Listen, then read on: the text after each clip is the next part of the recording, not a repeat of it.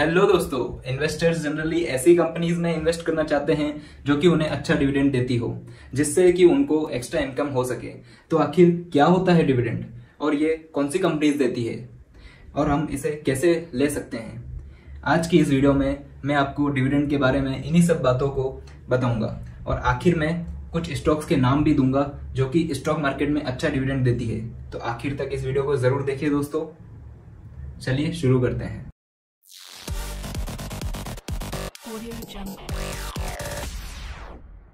हर profitable company के पास दो choice होती है, या तो वो अपने बिजनेस को बढ़ाने के लिए पूरा प्रॉफिट अपने पास रख लेती है या फिर उस प्रॉफिट में से कुछ हिस्सा अपने शेयर होल्डर्स को बांट देती है। जो हिस्सा वो शेयर होल्डर्स को बांटती है उसी हिस्से को हम डिविडेंड कहते हैं। डिविडेंड हमेशा वही कंपनीज देती है जो अच्छी प्रॉफिटेबल हो। लॉस में रहने वाली कंपनीज कभी डिविडेंड नहीं देती है और ज्यादातर डिविडेंड वही देती है जो बड़ी और मैच्योर हो चुकी होती है, क्योंकि जब कंपनीज न्यू होती है और अपने बिजनेस को एक्सपांड करने के दौर में होती है तब वो अपने सारे प्रॉफिट को अपने एक्सपेंशन में लगाना चाहती है, इसलिए वो असमर्थ होती है डिविडेंड देने में। दोस्तों, डिविडेंड्स लेने के लिए कुछ डेट्स होती है जो कि हमें ध्यान में रखनी पड़ती है। पहला तो है रिकॉर्ड डेट। रिकॉर्ड डेट उसे कहते हैं जिस डेट को आपके डीमेट अकाउंट में उस कंपनी के शेयर्स होने ही चाहिए, तभी आपको वो डिविडेंड्स देती है। कंपनीज डिविडेंड देने से पहले रिकॉर्ड डेट का अनाउंसमेंट करती है और रिकॉर्ड डेट से एक दिन पहले एक्स डिविडेंड सेट हो जाती है। अगर हमें किसी भी कंपनी के डिविडेंड्स चाहिए तो हमें एक्स डिविडेंड डेट से पहले उन शेयर्स को बाय करना होता है। एक्स डिविडेंड डेट से पहले अगर आपने उन शेयर्स को नहीं खरीदा है तो आपको डिविडेंड नहीं मिल पाएगा। अब दोस्तों, अगर हमें देखना हो कि पास्ट में कंपनीज ने कितना डिविडेंड दिया है तो ये हमें डिविडेंड यील्ड से पता पड़ता है। डिविडेंड यील्ड यहाँ पर होता है कि शेयर प्राइस पे कितना % डिविडेंड आपको मिला है। मान लीजिए कि 100 रुपए का एक शेयर है और उस शेयर की डिविडेंड यील्ड है 10%, तो आपको 10 रुपए के करीब डिविडेंड मिल सकता है। अब दोस्तों, डिविडेंड देने वाली कंपनीज को खरीदने से पहले हमें कुछ बातों का ध्यान रखना चाहिए। पहला तो यही कि हमें उन शेयर्स को अच्छे लेवल्स पर बाय करना चाहिए, जिससे आपको डिविडेंड के साथ साथ कैपिटल एप्रिसिएशन भी देखने को मिल सके शेयर प्राइस में। अब अच्छे लेवल पर बाय कैसे करें, इसके लिए आपको चार्ट रीडिंग आनी चाहिए, जिससे हम टेक्निकल एनालिसिस भी कहते हैं।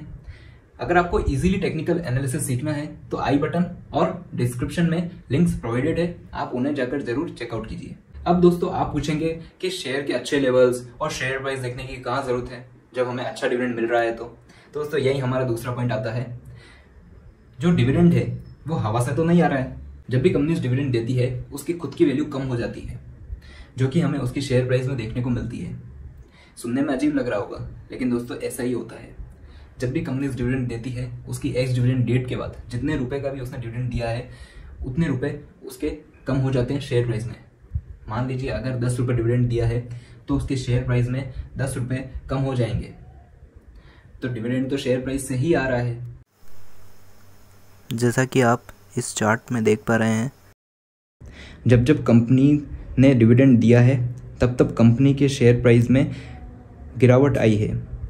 तो दोस्तों, अगर हमने किसी भी कंपनी में इन्वेस्ट किया है तो हमने यही सोच के किया है कि वो हमारे पैसे को 2 गुना 3 गुना करेगी या फिर कुछ तो प्रॉफिट देगी।